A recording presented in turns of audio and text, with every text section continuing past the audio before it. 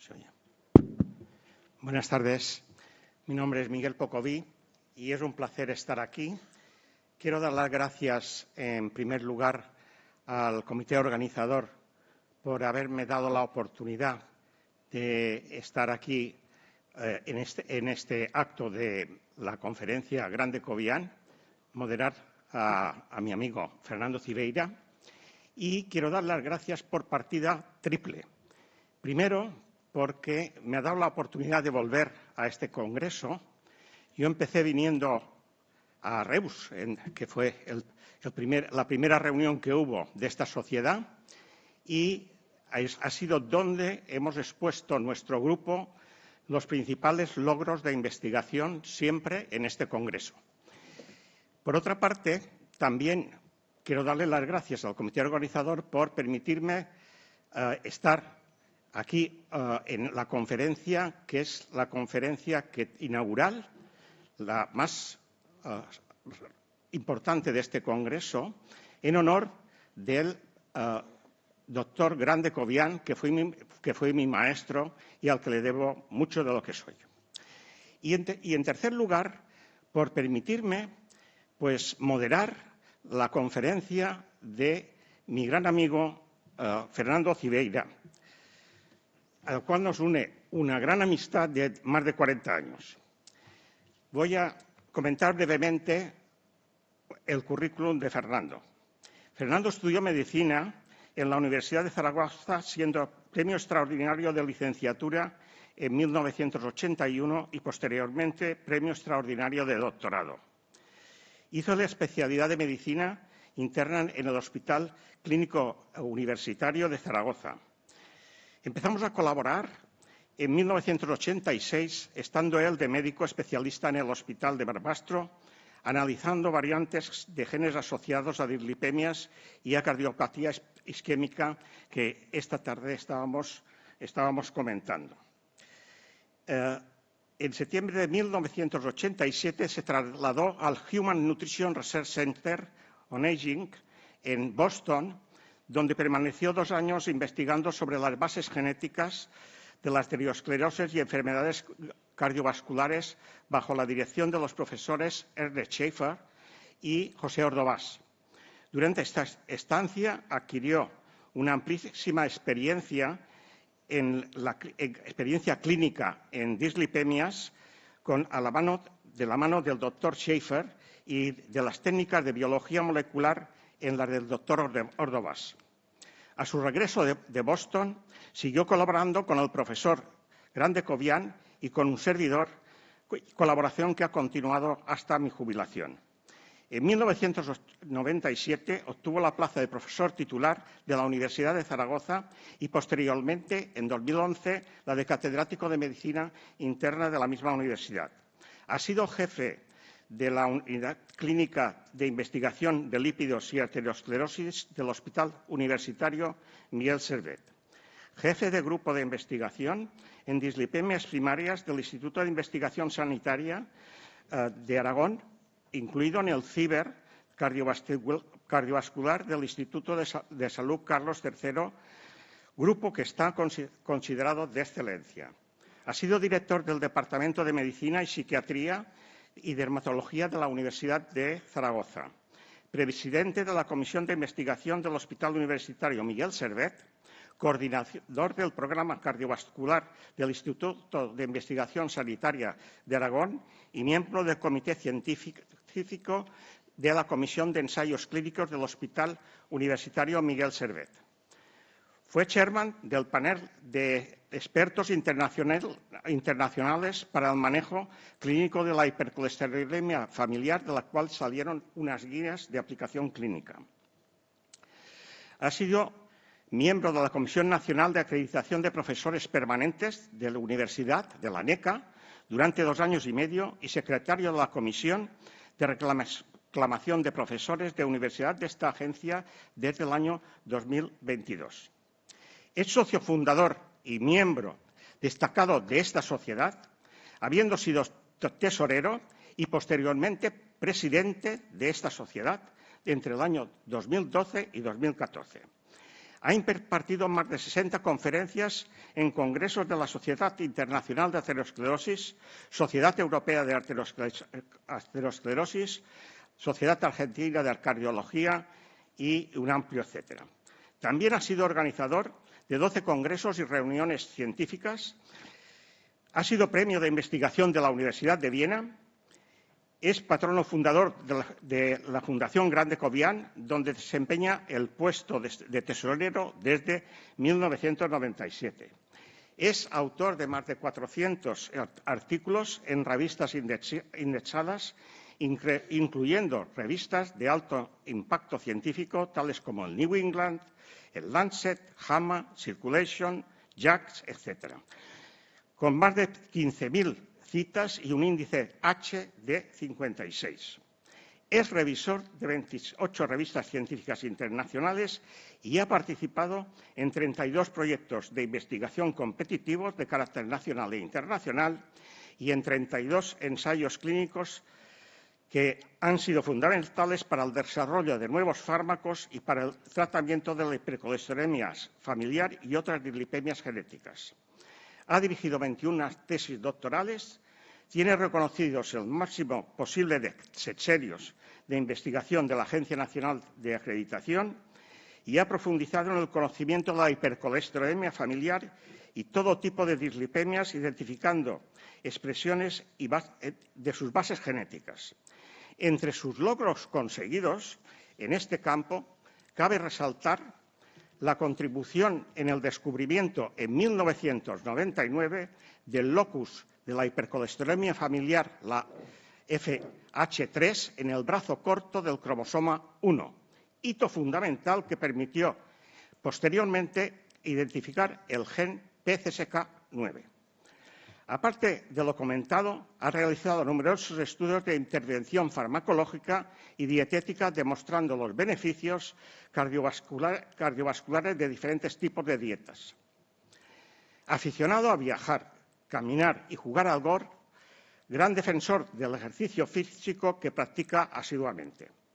Le encanta la montaña, de la que disfruta cuando en el mes de agosto se instala en Broto, en pleno Pirineo. Ha alcanzado cimas pirenaicas en las que se requiere experiencia y una buena forma física, tales como el Monte Perdido, Pelopín o Tal, entre otros. Para finalizar, quiero resaltar que en el profesor Cibeira concurren la excelencia investigadora, la excelencia clínica, la excelencia docente, la excelencia en divulgación, la excelencia humana y la excelencia en la amistad y humildad. Aparte de estas excelencias, quiero señalar que Fernando tiene una prodigiosa memoria para recordar anécdotas que, unido con su increíble sentido del humor, hace que con él sea fácil pasar unas reuniones altamente placenteras. Disfrutemos a continuación, una vez más, de sus enseñanzas, de la conferencia que nos va a impartir a continuación, y que ha titulado Importancia de la identificación en los mecanismos de la hipercolesterolemia. Fernando, un placer.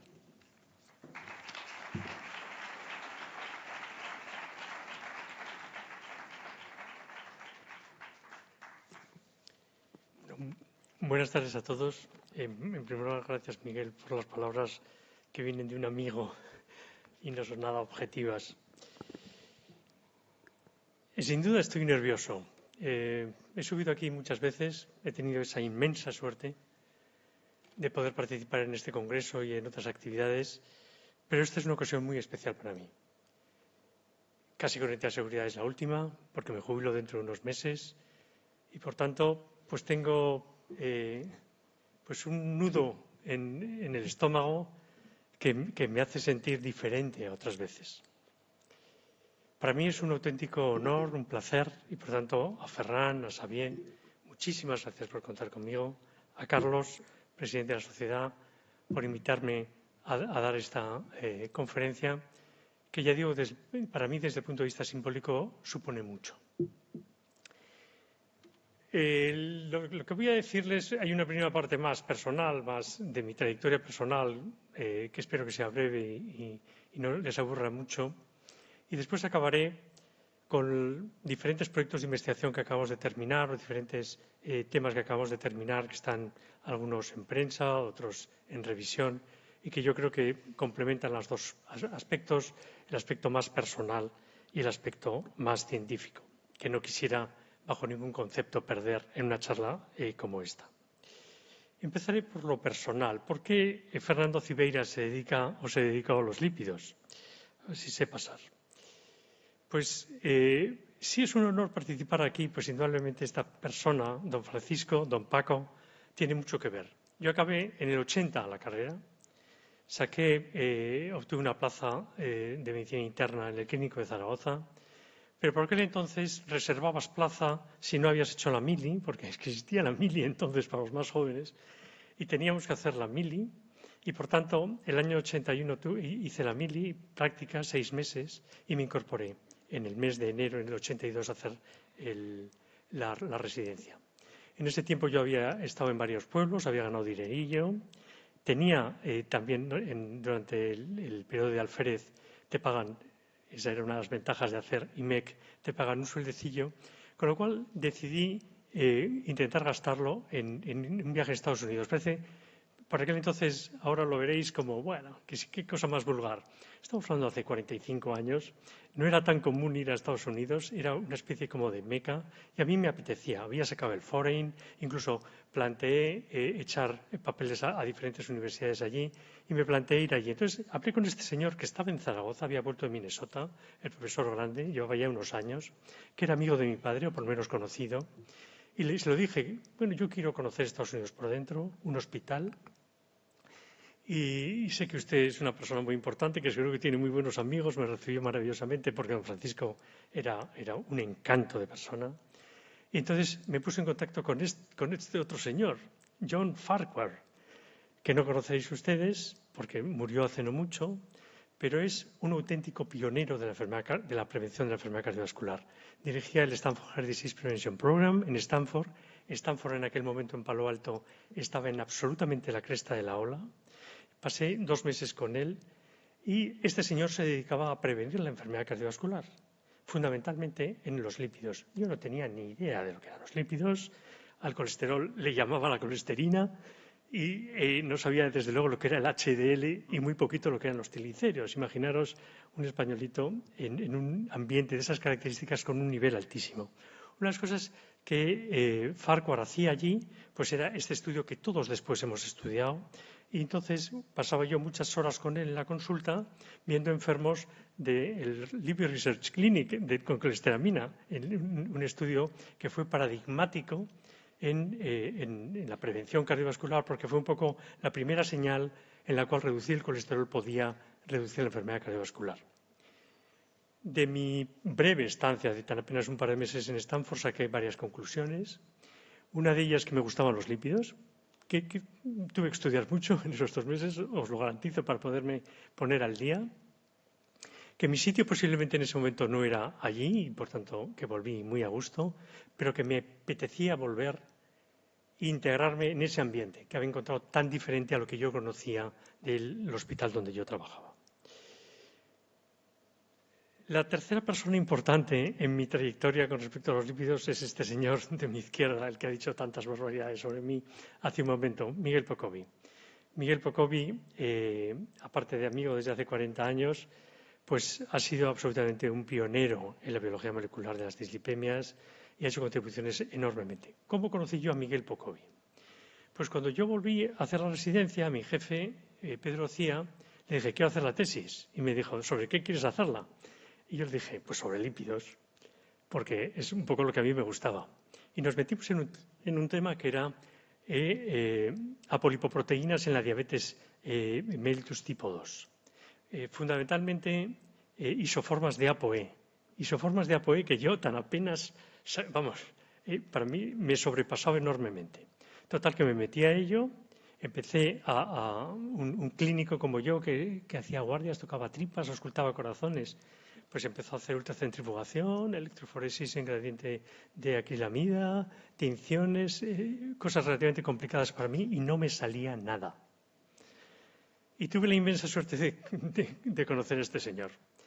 Y este señor pues me ayudó, me ayudó a montar las técnicas, empezó a ser todo mucho más fácil, empezaron a salir los resultados y pude completar la tesis doctoral.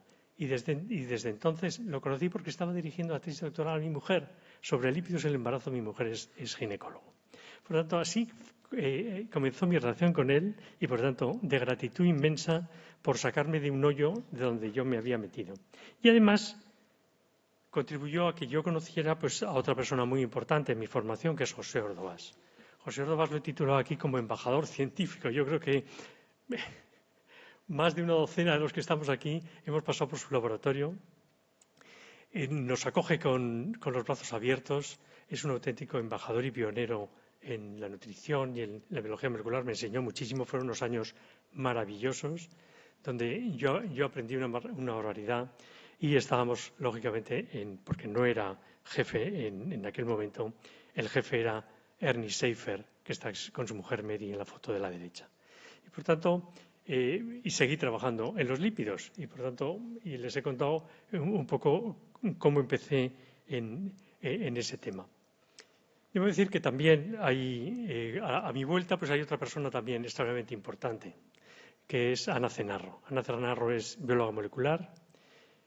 Lleva trabajando, no voy a decir los años, pero muchos años, primero con Miguel y después con los dos, y ha sido una herramienta fundamental. Ha sido compañera de trabajo, pero asesora científica. Su disciplina científica y metodológica me ha servido enormemente porque yo tiendo un poco a la dispersión y, por tanto, un agradecimiento inmenso a que yo empezara primero y después pudiera continuar a lo largo de estos años en el metabolismo lipídico. También quisiera hacer un agradecimiento institucional.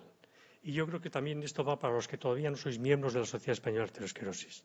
Estoy enormemente agradecido a esta sociedad. Esta sociedad me ha dado amigos, pero también me ha dado un foro de discusión, un estímulo, poder contrarrestar opiniones, poder establecer colaboraciones. El aspecto multidisciplinar que se ha resaltado aquí es, creo que, muy importante. Y eso para la trayectoria científica de cualquier persona es fundamental. Tener un foro donde venir a gusto, donde poder discutir, donde poder colaborar y, por tanto, al que no conozca la SEA de por dentro, le animo a que lo sea. Yo, como la mayor parte de las personas jóvenes o muchos de los que estáis aquí no llevéis mucho tiempo en la SEA, bueno, pues a veces uno va a alguna reunión, va a un congreso, pero mi implicación fundamentalmente en la sociedad se la debo a Luis Masana. Y Luis Masana, ¿por qué Luis Masana? Porque yo era un socio normal y corriente, que venía a los congresos y que intentaba hacer comunicaciones, pero Luis Masana me llamó cuando él fue presidente a su junta directiva y fui tesorero con él una temporada y es un salto cualitativo de integración, de conocimiento de la sociedad científica y que, por tanto, esta ha sido los primeros balbuceos científicos, pues no sabes muy bien dónde ubicarte, pero claramente este ha sido mi sitio donde me he sentido a gusto y donde he podido desarrollar mi labor. Y por tanto, gracias SEA. Gracias a la SEA pues he podido participar en muchas cosas. Y he participado en congresos, he participado en diferentes foros, pero hay dos actividades en las cuales me siento especialmente orgulloso, que es haber sido durante 20 años miembro del Comité Científico de las reuniones anuales de lípidos, donde discutíamos el programa y discutíamos otras muchas más cosas. Yo creo que son reuniones que han sido extremadamente gratificantes y que también he tenido el placer en la última década de coordinar el registro de la sociedad, del registro de dislipemias de la Sociedad Española de Arteriosclerosis, que yo creo que es una fuente, pero sobre todo va a ser una fuente inagotable de conocimiento y de potencial participación de todos ustedes. Sin duda, estos años, que han sido muchos en la SEA, pues me han permitido colaborar con mucha gente extraordinariamente agradable. Pues ven ustedes a Paco Grande, a Francisco Carmena, Rafael Carmena, Carmen Garcés, yo creo que también se ve por aquí. Voy a pasar alguna foto. Este es el Congreso de Zaragoza, donde vino Ernie Seifer, donde vino José Ordovás. Paco está allí también, con Pepe López Miranda también y Carlos Lavoz. Aquí tenemos a Manuel Zúñiga, que yo creo nos acordamos que ha sido miembro de esta sociedad durante muchísimos años. Yo creo que voy a ir pasando. Joima está en un congreso de verano está también Rodrigo Alonso, está Paco también, Joima, como he dicho.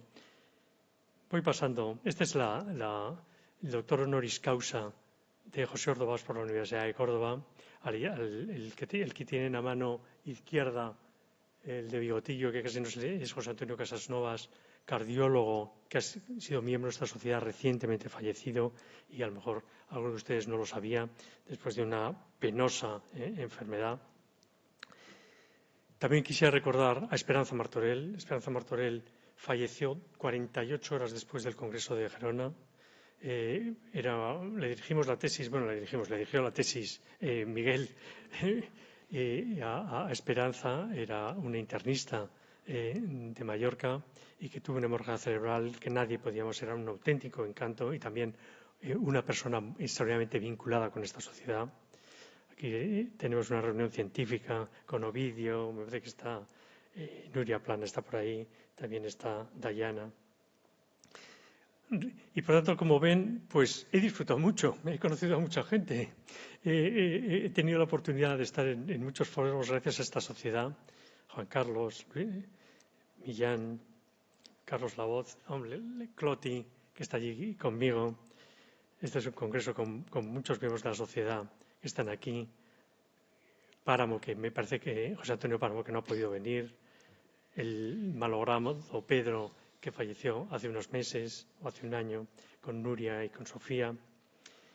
Nuestro grupo en Granada, en el último congreso que se celebró allí. Esta es la despedida de Miguel Pocoví, su jubilación, no despedida, perdón, donde también hay muchísima cara conocida de esta sociedad. Con mi amigo Marcelo Arca, que estuvo en la tesis doctoral de Itziar, que está aquí, de Itziar Amikiz, en Zaragoza. Ven grupos de amigos que a lo largo de este tiempo pues realmente ha sido una auténtica satisfacción el poder colaborar con ellos. Espero que todo el mundo más o menos se haya identificado. No todo el mundo puede salir en todas las fotos, tampoco mi fototeca es lo suficientemente amplia. Esta me parece que es la última del Congreso de la EAS en Lyon el año pasado. Sin duda ha sido un viaje extraordinariamente gratificante y sirva esta imagen en un vagón de tren de estos casi 40 años de viaje en lo personal. Y pasaré un poco más a lo científico. Ya que me he relajado desde el punto de vista y he puesto fotos y espero que alguno se haya sentido identificado. ¿Ha merecido la pena el camino? Después de esto, uno se encuentra satisfecho de lo que ha hecho a nivel personal. Pues yo estoy de acuerdo con Zarco. La trayectoria ha merecido la pena. Si no han leído este libro, se lo recomiendo. Es una apología de la vida, del optimismo y de afrontar las dificultades.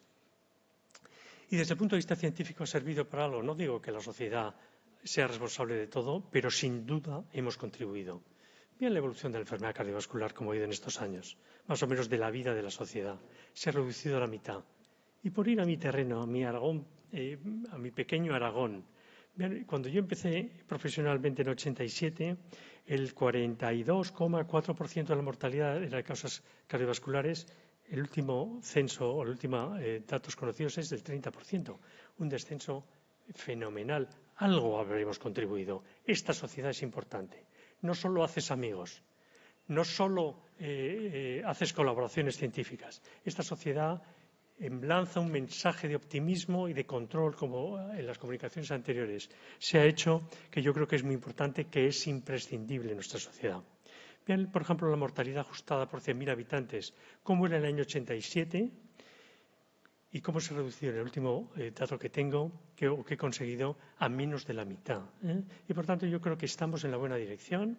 Creo que el mensaje que se lanza y el tratamiento que ponemos a nuestros pacientes sin duda está influyendo mucho. Lo que hacemos nosotros influye en otros muchos sectores de la sociedad, en otros muchos estamentos sociosanitarios y, por lo tanto, yo creo que sí, claramente ha merecido la pena. Dicho esto, voy a pasar a mi parte científica. Y mi parte científica va a consistir en presentarles 4 proyectos, se los voy a presentar breves, que hemos acabado recientemente, algunos que empezó antes, que considero que es importante y que a lo mejor no todo el mundo los conoce en profundidad. En primer lugar, es esta delección en el gen de APOE como causa de hipercolesterolemia familiar. ¿Por qué saco esto a colación? Pues yo creo que un poquito de historia no viene mal. Naturalmente, trabajando con Miguel y con Ana, empezamos a estudiar cuando empezamos a hacer mucha secuenciación, empezamos a entrenar la secuenciación, que no era fácil al principio, empezamos a secuenciar diferentes genes, APOA1, y descubrimos APOA1 Zaragoza y el gen del receptor LDL, y tanto Miguel como Ana tienen publicaciones muy relevantes al tema, pero también empezamos a secuenciar el gen de APOE, buscando, lógicamente, E2 responsables de la disbeta-lipoproteinemia.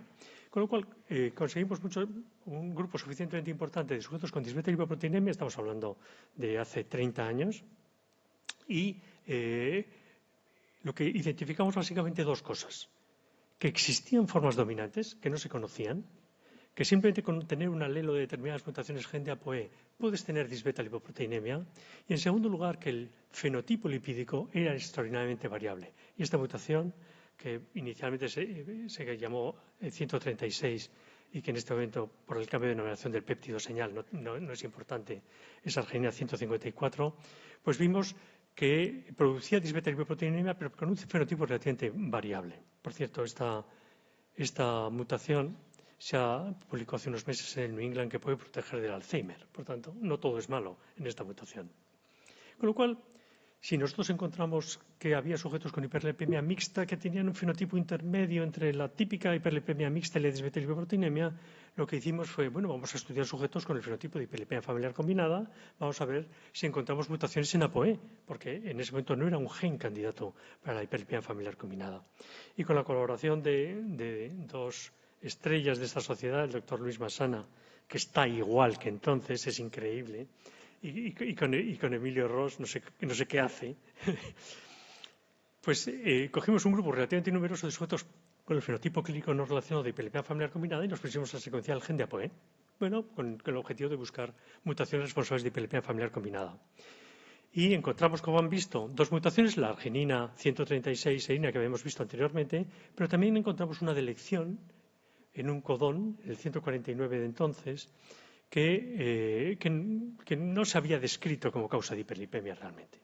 Y cuando analizamos las familias que tenían estas mutaciones, ven ustedes cómo en el árbol familiar el probando es este, o la probando en este caso sí tenía una hiperlipemia mixta, era un criterio de inclusión, pero cuando estudiamos a los familiares, su madre 380 de colesterol total con triglicéridos normales, tenía dos hijos, uno con una hipercolesterolemia y otro con hiperlipemia mixta, y por la otra rama ven ustedes también aquí una persona de 24 años con una hipercolesterolemia sin hipertrigliceridemia. Quería decir que daba la sensación de que esta mutación, y cuando hicimos ultracentrifugación, esa hiperlipemia mixta no era una disbeta-lipoproteinemia, y por tanto no tenía remanentes. Con lo cual, las conclusiones de este artículo fueron que efectivamente hay mutaciones responsables de un fenotipo que puede parecerse a la hiperlipemia familiar combinada y que esta delección en la posición 149 entonces podía ser responsable de formas dominantes de hipercolesterolemia. Esto al año siguiente, y es bueno recordar lo que fue al año siguiente de nuestro paper anterior, porque a veces se cita como el primer paper, pero no, es el segundo paper, como ven, este es un año posterior.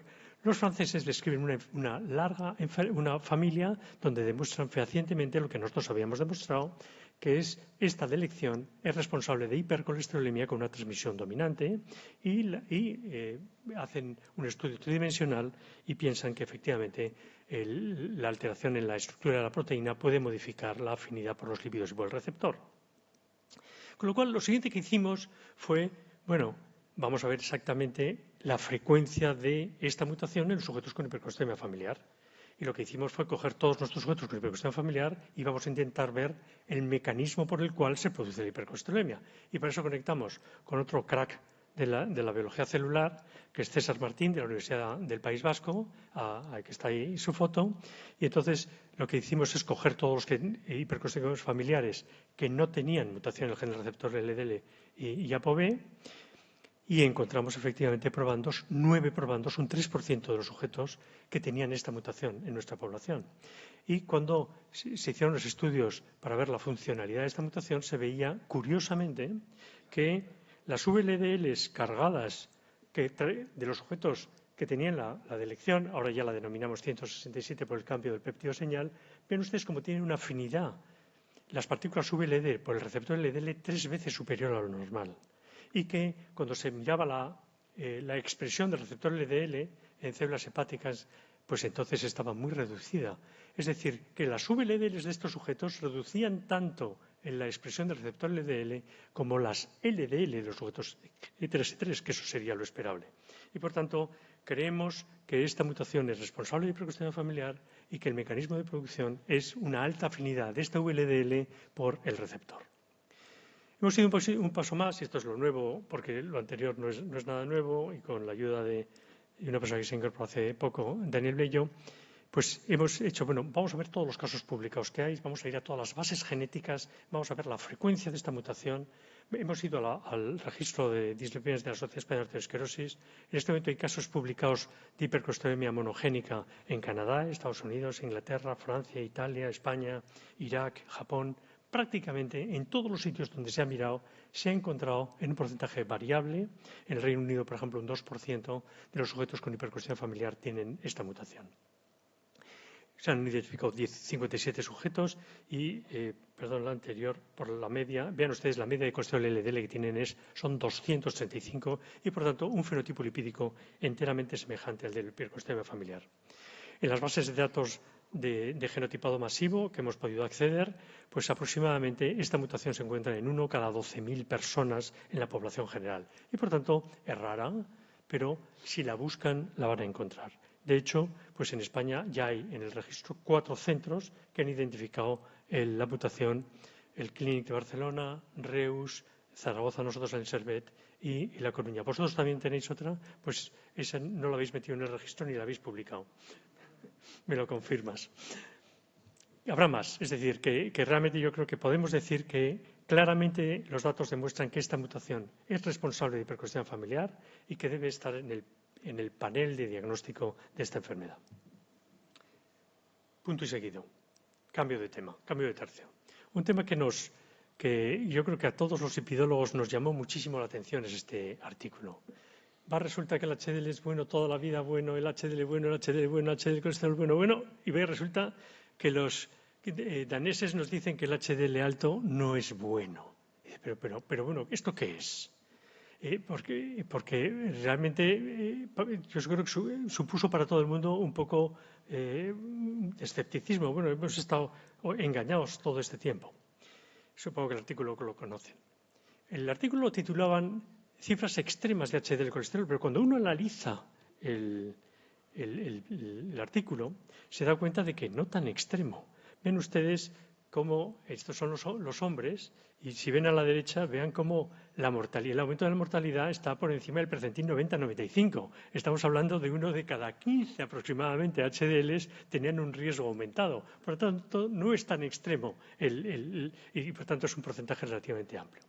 Nosotros, en un trabajo coordinado por Victoria Marco y Ana Bea en nuestro grupo y con la colaboración de Juan Carlos Pedro Botet, juntamos todos nuestros HDL altos que los habíamos seguido por una media de 10 años y dijimos, bueno, esto es cierto en las unidades de lípidos que nosotros vemos y vean ustedes que al menos en nuestros pacientes no es así. En nuestros pacientes el HDL bajo tiene mortalidad total y mortalidad por enfermedades cardiovasculares o eventos cardiovasculares. No, es mortalidad total, es en esta gráfica que he puesto. Ven ustedes como el HDL bajo es un factor de riesgo para todo y por lo tanto tiene el HDL.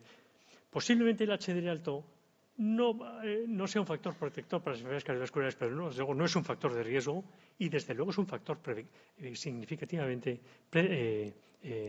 predictor de buena evolución con respecto a mortalidad total. Por tanto, nuestros datos que se han publicado, no sé si están en prensa todavía, pues demuestran un poco todo lo contrario. Y entonces intentamos dar un paso más. Bueno, ¿y esto por qué? Esto tiene que ser, no que nosotros seamos diferentes, sino que posiblemente el HDL sea heterogéneo y, por tanto, algunos HDL sean bienos y los que estamos viendo en las unidades de lípidos sean una forma especial de HDL que en la población general. Y entonces hicimos este estudio.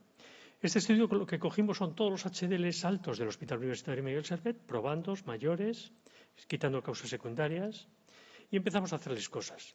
Y gracias a una titular de veterinaria, Teresa Tejedor, hicimos un análisis de componentes principales, hicimos un análisis de clustering, de intentar ver cómo los podíamos agrupar en diferentes grupos en base a más de 40 criterios clínicos diferentes.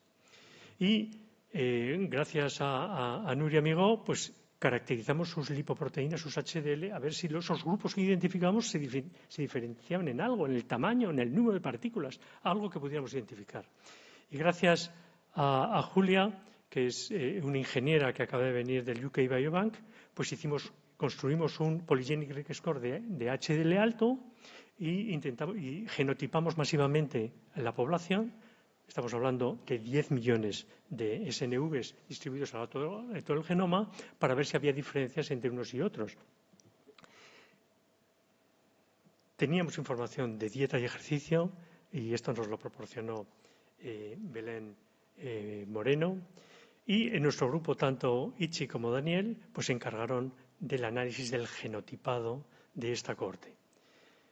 Y por tanto teníamos fenotipado y genotipado, y entonces lo que hicimos después, como son una población relativamente joven y años de seguimiento relativamente pequeño, y disponemos de un estudio de seguimiento de varones que tenemos 15 años prácticamente de seguimiento, pues hicimos lo mismo en varones de la WHS, que es el acrónimo de Alaragón Workers Health Study, son todos los trabajadores de la General Motors de Zaragoza que los controlamos desde el año 2009. Hicimos genotipado masivo para intentar ver diferencias genéticas. Hicimos estudios de dieta, de muchas cosas. Y a estos sujetos se les siguieron durante casi 15 años. Se identificaron, y esto es lo primero dos clústeres básicamente, el que llamamos clúster 1 y clúster 2. Y lo que se diferencia básicamente es en un síndrome metabólico especial. Los sujetos del clúster 2 eran más obesos, más hipertensos, más hiperglucemia y, sobre todo, más hipertrigliceridemia. Ven ustedes que era un síndrome metabólico especial, porque el síndrome metabólico, como saben ustedes, es HDL bajo, no HDL alto. Estamos hablando de sujetos que están todos por encima del percentil 90 de HDL colesterol. Y, por tanto, síndrome metabólico especial con hipertrigliceridemia y HDL alto.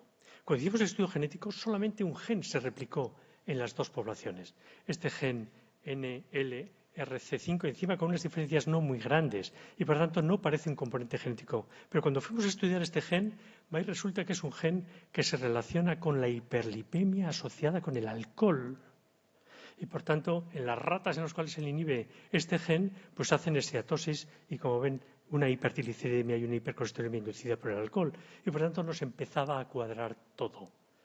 ¿Qué es lo que hace el alcohol? Pues el alcohol aumenta la mortalidad, aumenta el HDL y aumenta los triglicéridos. ¿Se controló por el alcohol esos estudios epidemiológicos que estamos hablando? No. Cuando dividimos a los sujetos en los que tomaban alcohol y no tomaban alcohol, vean ustedes cómo la mortalidad era radicalmente distinta. Estamos hablando de sujetos con estos del WHS, que son varones y más seguimiento y, por tanto, mayores niveles de mortalidad. Y las curvas de Kaplan-Meier, vean ustedes el factor multiplicador. Arriba a la izquierda tienen síndrome metabólico sí o no.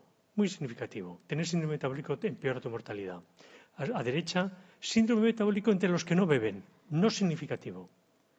Abajo los que beben. Tengan o no síndrome metabólico. Peor si bebes. Pero abajo a la derecha, si bebes y no conduces, pues lógicamente tu riesgo es infinitamente. Y por tanto, sinceramente creemos que lo que no han hecho esos estudios epidemiológicos con suficiente profundidad es intentar descartar causas secundarias de HDL alto, y creemos que el alcohol es un parámetro muy importante y no hemos encontrado factores genéticos importantes que lo justifiquen. Pasamos al tercer tema. Eran 4. Sí, voy más o menos bien de tiempo.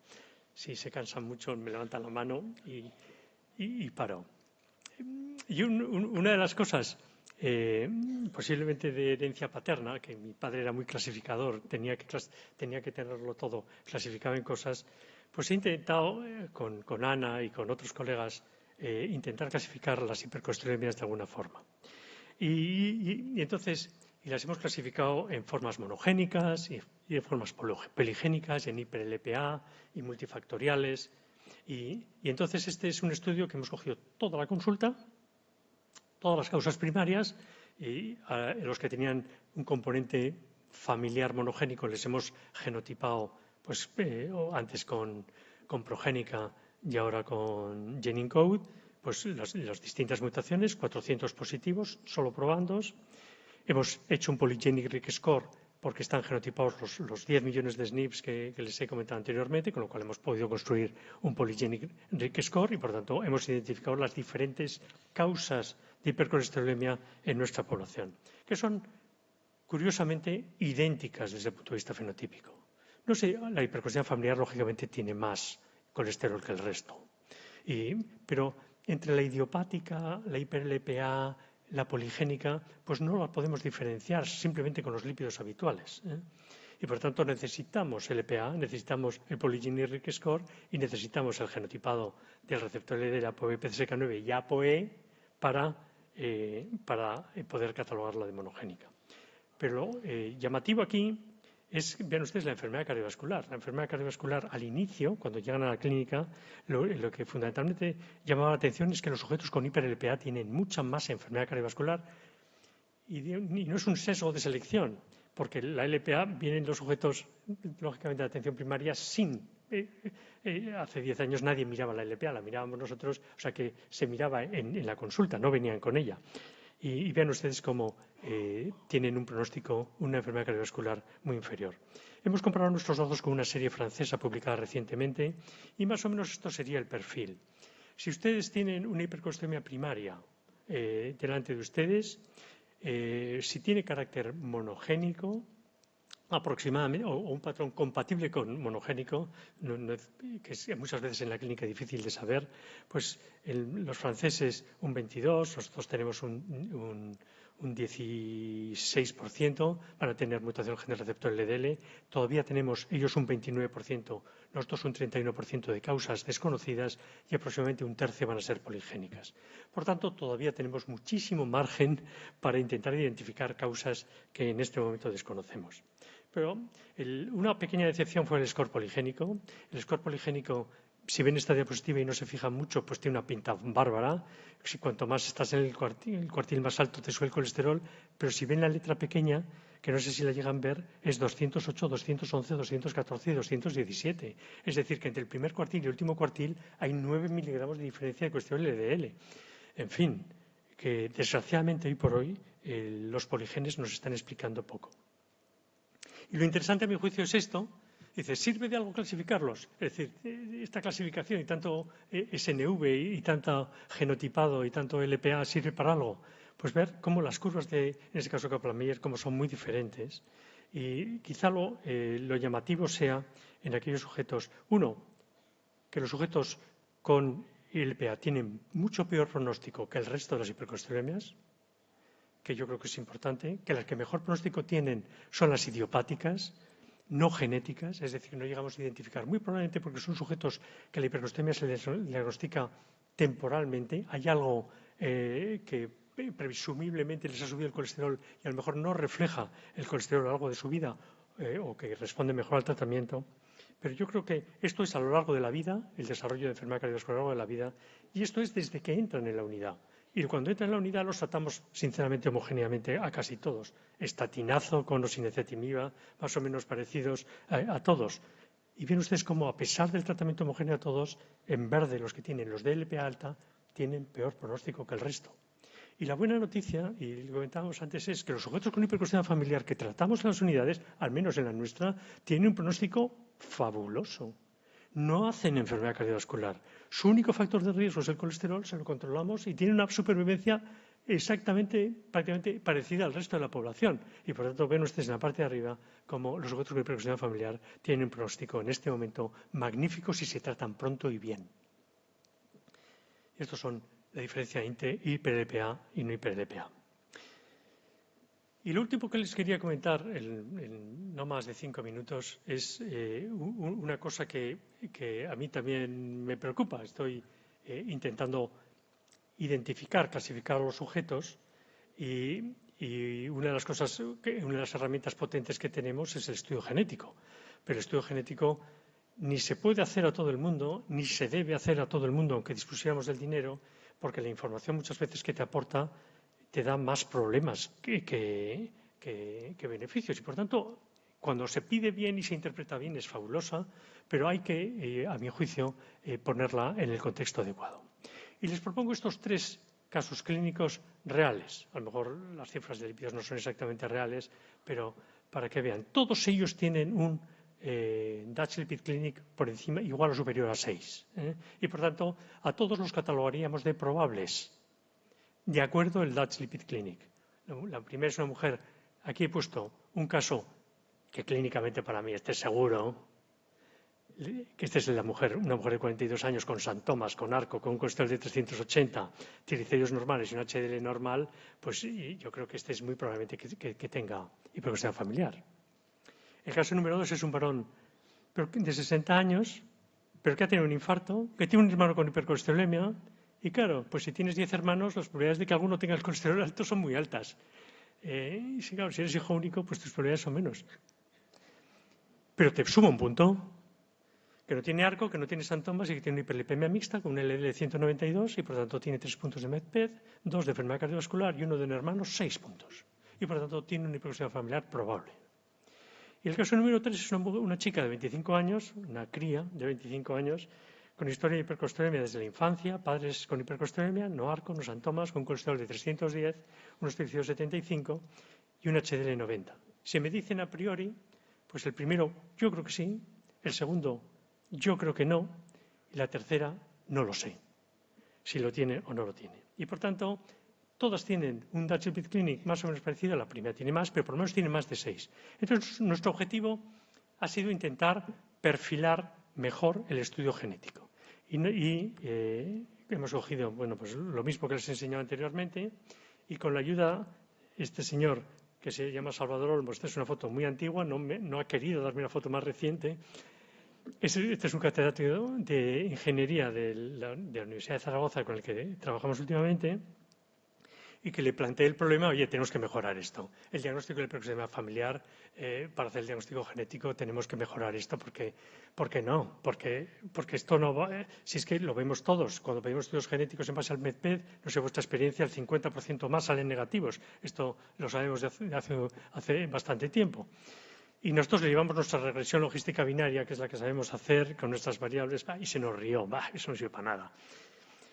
Y entonces empezó a hacer curva ROC y con nuestra regresión claramente ya empezamos a ver si metemos determinados parámetros y determinados parámetros incluyen el HDL, incluye la edad, no es lo mismo tener un colesterol de 300 a los 20 que a los 60 años, no es lo mismo ser hombre que ser mujer, no es lo mismo tener un HDL de 30 que tenerlo de 100, no es lo mismo tener unos triglicéridos de 85 de 250, te modifica totalmente la probabilidad del diagnóstico. No se trata solamente de un sí y un no. Y entonces él, que es un experto en estadística bayesiana, empezó a hacer cross-validation con el Monte Carlo, que es divide la población en 2 grupos y los va cambiando 1000 veces. Y por tanto va validando, va creando la regresión en el 70% y en el otro 30% lo valida. Y eso lo hace 1000 veces. Y estas son las series de las curvas de las 1000 veces del Monte Carlo. Con lo cual llega a estas 2 curvas. Las 1000 veces que lo hace con el Dutch Lipid Clinic, está en azul a la izquierda, cuando las 1000 veces que lo hace con la regresión logística binaria hecha por él, pues entonces está totalmente a la derecha. Por tanto, se separan. ¿Qué quiere decir? Que en el mejor de los casos de predicción del Dutch Lipid Clinic es el peor predicción de esta nueva regresión. Esta es una regresión que él le llama logística bayesiana, porque, y además es que me ha dicho, cuando hables, díselo, que médicos tenemos que cambiar nuestra actitud, olvidaros de las P's, olvidaros de un número fijo, tenéis que hablar de incertidumbre. Cuando habléis de colesterol de 70, no es un colesterol de 70. Entre la variabilidad de la técnica, la variabilidad interindividual, la variabilidad, pues estamos hablando entre 55 y 85. Y lo tenéis que saber. Es decir, ¿por qué decís 70? Y cuando decís, pero si hay una variabilidad innata que tenemos que... Entonces, este es un modelo, el bayesiano, que es un modelo de probabilidades. Y entonces, hemos construido un modelo de predicción de hipercolesterolemia familiar que te dice la probabilidad y el intervalo de confianza de tú tener una enfermedad cardíaca, una mutación en responsable de hipercolesterolemia familiar en base a estos datos sencillos.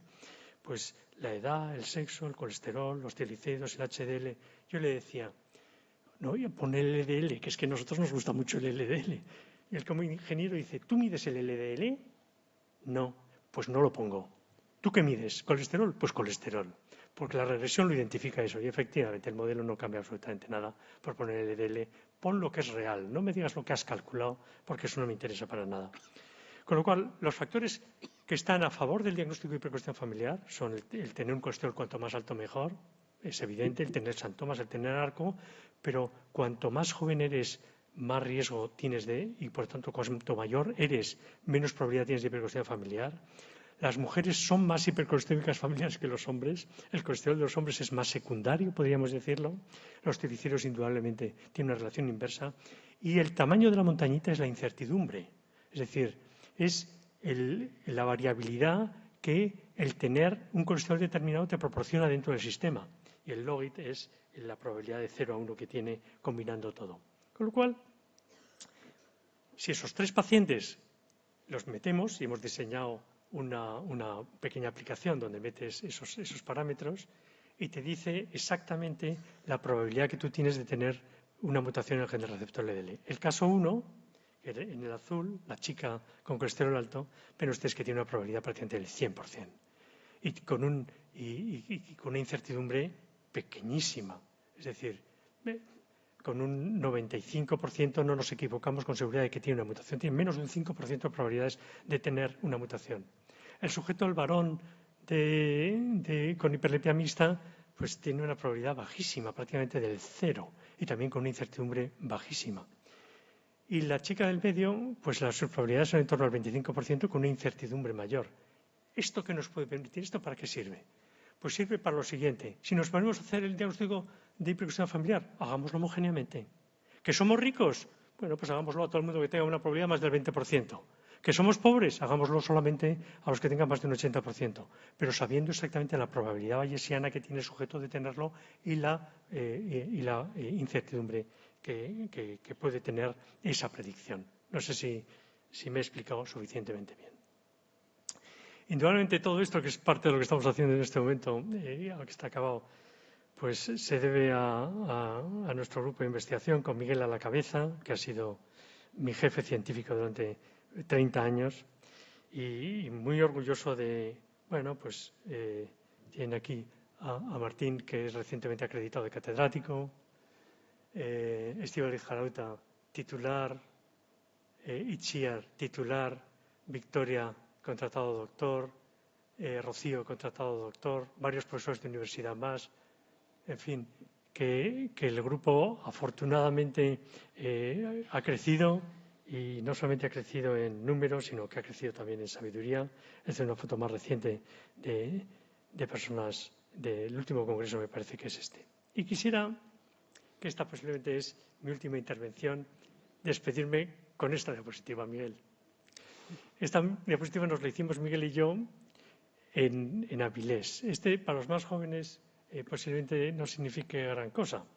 Este es un cuadro que fue muy famoso en la transición por Juan Genovés, que se titula El abrazo, y que era un poco el espíritu de la transición de, olvidemos el pasado, lo dejamos detrás, nos abrazamos, no hay problemas, vamos a empezar hacia adelante.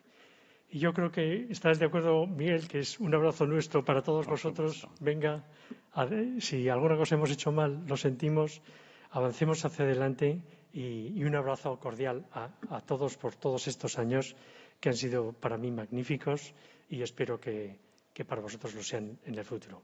Muchas gracias.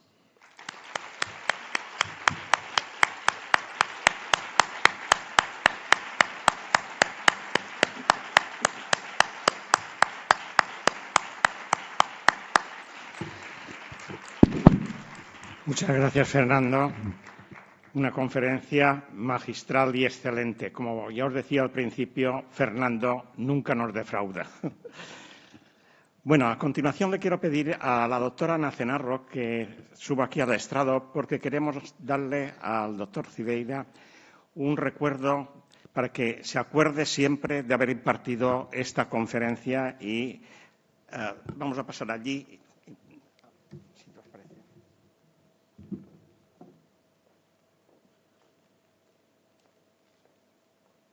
Se me olvidó decir una cosa importante. Primero fue Miguel, después fui yo jefe del grupo de dislipemias primarias de Zaragoza y ahora cedo esa responsabilidad a Ana Cenarro, la nueva jefa del grupo de dislipemias primarias de Zaragoza.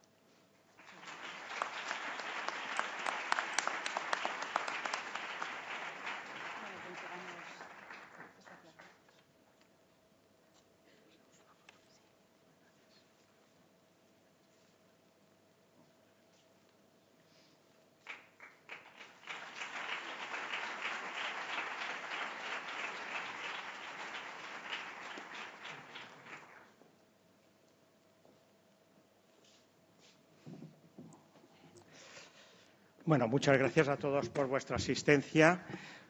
Como es habitual, esta conferencia no tiene turno de preguntas y si alguien le quiere hacer alguna pregunta por las cosas tan interesantes que nos ha contado el profesor Cibeira, pues ahora, después en el cóctel, se las puede hacer con toda tranquilidad.